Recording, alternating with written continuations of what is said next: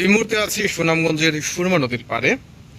কবির ভাষায় যৌবতী নদী, অর্থাৎ নদী এখন পুরোপূর্ণ যৌবন, তার যে পানিয়ে ভরপুর, আবার ইংরেজিতে বলা হয় ফুল টু দ্য ব্রেম। নদীটা পুরোপুরি ভরা। সুরমা নদীর পাড়ে আসার একটা কারণ, কিছুক্ষণ আগে গুগলের একটা তথ্য আমাদের মোবাইলে এসেছে। তারা একটা অ্যালার্মিং সিচুয়েশন দিয়েছে, flood situation near in Surma river expected to rise 40+ centimetre by Monday early morning. অর্থাৎ সোমবারের ভেতর পানি বাড়বে প্রায় 40+ সেন্টিমিটার, যেটা বলছে গুগল কিছুক্ষণ আগে। এবং এখানে তারা একটা চিত্র দিয়েছে যে একটা বন্যা হওয়ার সম্ভাবনা রয়েছে, বিশেষত নির্মাঞ্চলের দোয়ারাবাজার, জামালগঞ্জ, সুনামগঞ্জ, বিশ্বম্বরপুর, ছাতকের কিছু অংশ মোস্টলি এফেক্টেড তারা বলছে। সেখানে এই পানি বৃদ্ধির কথা তারা বলছেন। যাই হোক, কথা প্রসঙ্গে আজকে আমরা আছি সুনামগঞ্জের সুরমা নদীতে। আপনারা জানেন যে সুনামগঞ্জ সহ সুনামগঞ্জের আশেপাশে যে ভারতীয় অঞ্চল রয়েছে, সেই ভারতীয় অঞ্চলে কিন্তু প্রচুর পরিমাণ বৃষ্টি হচ্ছে।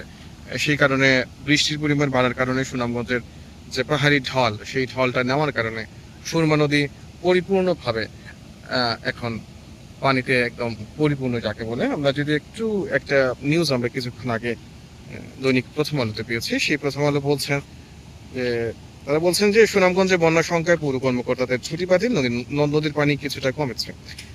নদীর পানি কিছুটা কমলেও বন্যার একটা সংখ্যা রয়েছে। তার আগে আমি কিছু তথ্য দিয়ে যাচ্ছি যে আজকের যে টোটাল পানির যে পজিশনটা কি ছিল। অল্প সূত্রে জানা গেছে আজ শনিবার সকাল 9টায় সুনামগঞ্জ শহরের 16 পয়েন্টে সুরমা নদীর পানির উচ্চতা ছিল 7.24 সেন্টিমিটার। গতকাল তা ছিল 7.30 সেন্টিমিটার। সুনামগঞ্জে গত 24 ঘন্টায় বৃষ্টি হয়েছে 45 মিলিমিটার। এর আগে 24 ঘন্টায় বৃষ্টি হয়েছে 77 মিলিমিটার। অর্থাৎ বৃষ্টিপাত কমেছে। বৃষ্টি কম হওয়ায় এবং উজান থেকে পাহাড়ি ঢল নামায় নদীর পানি কিছুটা হলেও কমেছে। সেটাই আমরা দেখছি যে গতকাল থেকে একটু হলেও পানির পরিমাণ কমেছে, কিন্তু পানি কিন্তু এখনো রয়েছে। যদিও গুগল আমাদেরকে যে তথ্য দিয়েছে আগামী সোমবার সকাল নাগাদ আরো পানি বাড়তে পারে। তারা বলছেন সুনামগঞ্জের নদীর পানি কিছুটা কমেছে। গত শুক্রবারের দিন এবং রাতের বৃষ্টি কম হয় পানি কমেছে বলে জানান পানি উন্নয়ন বোর্ড কর্মকর্তারা। এদিকে বন্যা পরিস্থিতি মোকাবেলায় সুনামগঞ্জ পৌরসভায় নিয়ন্ত্রণ কক্ষ খোলা হয়েছে, বাতিল করা হয়েছে কর্মকর্তা কর্মচারীদের ছুটি। বন্যা মোকাবেলায় সব ধরনের প্রস্তুতি নেওয়ার কথা জানিয়েছে জেলা প্রশাসন। সদর উপজেলার সুরমা নদীর তীরে ইব্রাহিমপুর তারা বিভিন্ন মানুষের কথা নিচ্ছেন প্রথম আলো। যাই হোক, আরেকটা বিষয় হচ্ছে নিয়ন্ত্রণ কক্ষ চালু করেছে জেলা প্রশাসন। তারা বর্ষণ উজানের ঢলে সম্ভাব্য বন্যা পরিস্থিতির মোকাবেলায় সুনামগঞ্জ পৌরসভায় নিয়ন্ত্রণ কক্ষ খোলা হয়েছে।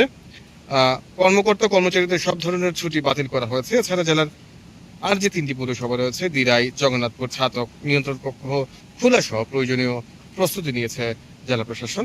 গতকাল রাতে অতিরিক্ত জেলা প্রশাসন এবং স্থানীয় সরকার বিভাগের উপপরিচালক ভারপ্রাপ্ত মোহাম্মদ মতিউর রহমান খান স্বাক্ষরিত এই তথ্য দেওয়া হয় এবং সুনামগঞ্জ জেলা প্রশাসক মোহাম্মদ মিনহাজুর রহমান সংবাদ মাধ্যমকে বলেন, মোকাবেলায় প্রায় 1311টি আশ্রয়কেন্দ্র প্রস্তুত রাখা হয়েছে।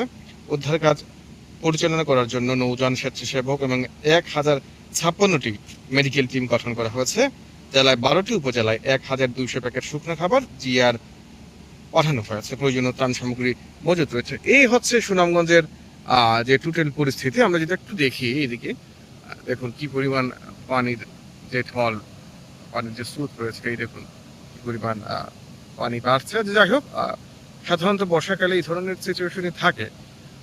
ব্যক্তিগতভাবে আমার মনে হচ্ছে যে বন্যা হলে স্বাভাবিক নির্মাঞ্চল কিছু প্লাবিত হতে পারে, কারণ সুনামগঞ্জ নির্মাঞ্চল রয়েছে। বড় ধরনের কোনো কিছু না হওয়ারই সম্ভাবনা বেশি মনে হচ্ছে। যাই হোক, ভালো থাকুন, সুস্থ থাকুন।